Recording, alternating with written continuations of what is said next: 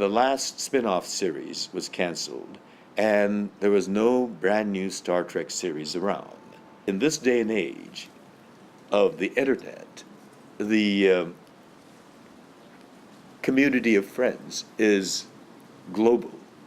You know, they communicate with each other, with somebody in Europe or Latin America or Asia or Australia over the internet.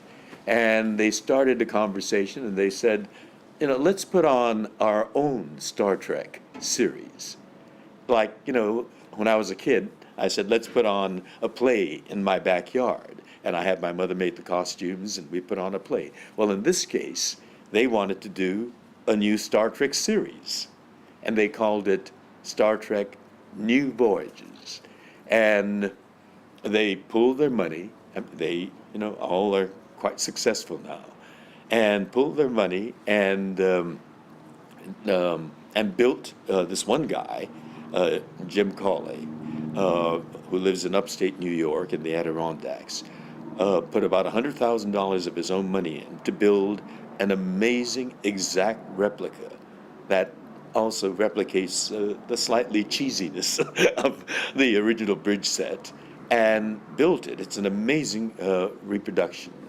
And they decided to do their own Star Trek episode.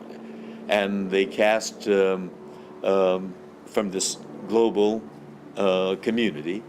And the amazing thing is, many of them, for example, the actor that plays Dr. McCoy, Bones, is a real doctor in Portland, Oregon. He's a urologist, a practicing physician.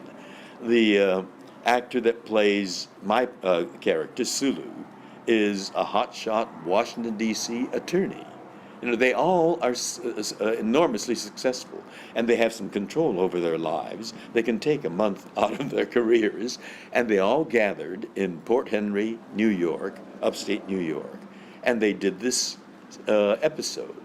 And then they said, you know, why don't we do a series rather than just one episode? And they started doing more episodes, and it caught the attention of Hollywood professionals. And this one director, Mark Zakri, saw that and said, I want to participate in that. This is amazing. And so Mark called me and said, would I be interested in playing that part? And he left a script with me. It was a fantastic role. It's the best role I've had in Star Trek, save for perhaps Star Trek Sixth Undiscovered Country, where I was the captain of my own starship.